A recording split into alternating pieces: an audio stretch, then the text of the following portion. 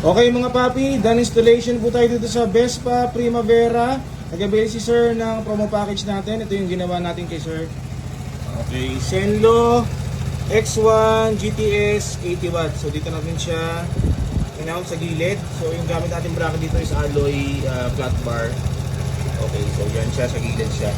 X1 GTS 80 watts. Bali ang ilaw po niyan, low beam white, then high beam yellow. So X1 GTS Zenlo 80 watts. So ito po yung gamit nating switch, XCL brand na 3-way switch. So dito siya nakamount po.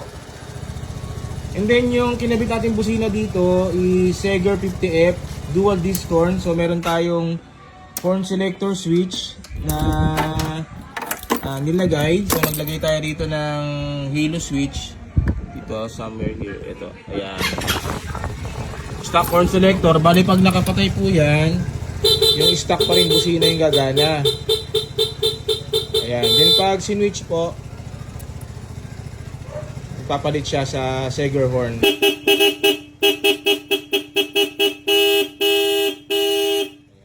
so yun yung kakasya dito kasi medyo may kasikipan po itong Vespa. So disc horn ang ginabit natin, Seger 50F.